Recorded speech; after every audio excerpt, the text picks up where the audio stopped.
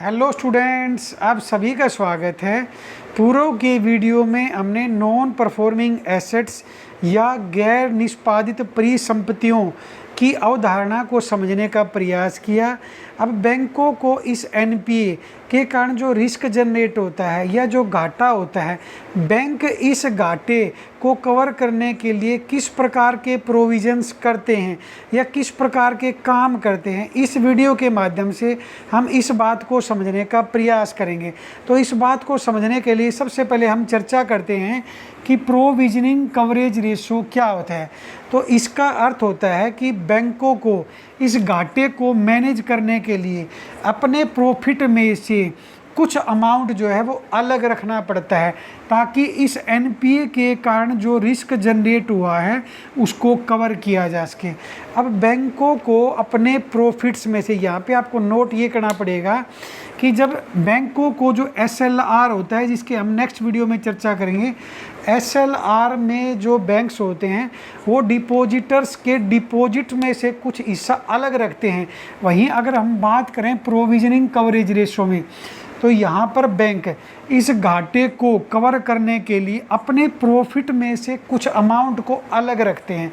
अब कितना अमाउंट वो अलग रखते हैं अपने प्रॉफिट में से, ये डिपेंड करता है कि एनपीए किस कैटेगरी का है। अगर कोई लोन स्टैंडर्ड एसेट है, स्टैंडर्ड एसेट के बारे में हमने बात किया था, ये वे लोन होते हैं जिनको रिकवर करने में बैंकों को किसी भी प्रकार की असुविधा का सामना नहीं करना पड़ता है।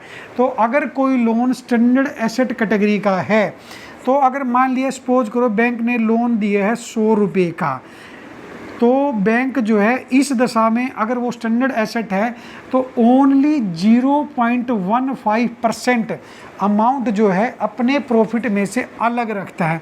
किस केस में? स्टैंडर्ड एसेट्स की कैटेगरी में। अगर वो लोन बैंकों के द्वारा बांटा गया लोन अगर सब स्टैंडर्ड कैटेगरी का है, सब स्टैंडर्ड एसेट की कैटेगरी का है, तो बैंकों को इस दशा में अपने प्रॉफिट में से 25% अमाउंट जो है वो अलग रखना पड़ता है, ताकि इस घाटे को रिकवर किया जा सके। और मैं आपको पूर्व के वीडियो में बता चुका हूँ कि सब स्टैंडर्ड एसेट्स वे होते हैं जिनमें डिफ़ॉल्ट की ड्यूरेशन, भुगतान असंतुलन की अवधि जो होती है वो 90 दिन से अधिक तथा 1 वर्ष से कम की होती है। तो अगर सब स्टैंडर्ड एसेट्स हैं या इस कैटेगरी के एसेट्स हैं, तो अपने प्रॉफिट में से 25% जो है वो बैंकों को अलग करना पड़ता है। अगर कोई लोन डाउटफुल एसेट्स है तो, और मैं आपको पूर्व के वीडियो में बता चुका हूँ कि डाउटफुल एसेट्स वे होते हैं जिनमें डिफ़ॉल्ट की ड्यूरेशन 1 वर्ष से अधिक है, तो बैंकों को अपने प्रॉफिट में से 40% अमाउंट जो है वो अलग रखना पड़ता है। फिर इसको उदाहरण से समझें, अगर बैंकों ने 100 रुपये का लोन बांटा है और ये डाउटफुल कैटेगरी का है, तो बैंकों को इस घाटे को पाटने के लिए अपने प्रॉफिट में से 40% अमाउंट जो है वो अलग रखना होता है। अब हम बात करते हैं लॉस्ट एसेट्स की कैटेगरी में बैंक क्या करते हैं। मैं पूर्व के वीडियो में बता चुका हूं कि लॉस्ट एसेट्स वे होते हैं जिनको आरबीआई या बैंकों के ऑडिटर्स ने ये घोषित कर दिया गया है कि अब इन लॉस्ट एसेट्स की या इन लोन्स की रिकवरी बैंकों को नहीं होगी।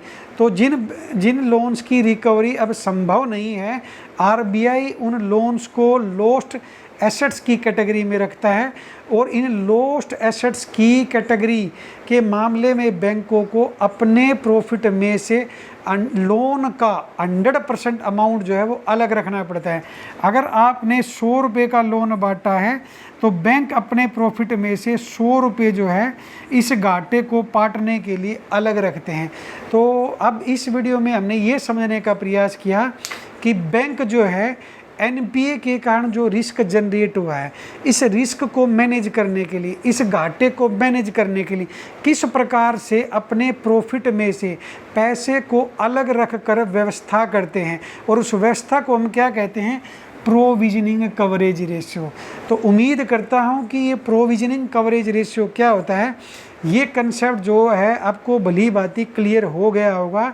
अब नेक्स्ट वीडियो में हम चर्चा करेंगे कि ये जो कंपनीज डिफ़ॉल्ट करती हैं, ये डिफ़ॉल्टर कंपनीज कौन सी होती हैं और ये किस प्रकार से बैंकों के साथ डिफ़ॉल्ट करती हैं, और बैंक तथा आरबीआई किस प्रकार से जान पाता है कि ये जो कंपनी है ये डिफ़ॉल्टर कंपनियां हैं और बैंक के एनपीए बनेंगी ये कंपनियां। तो नेक्स्ट वीडियो में हम इस विषय के ऊपर चर्चा करें। तब तक के लिए आप सभी का धन्यवाद।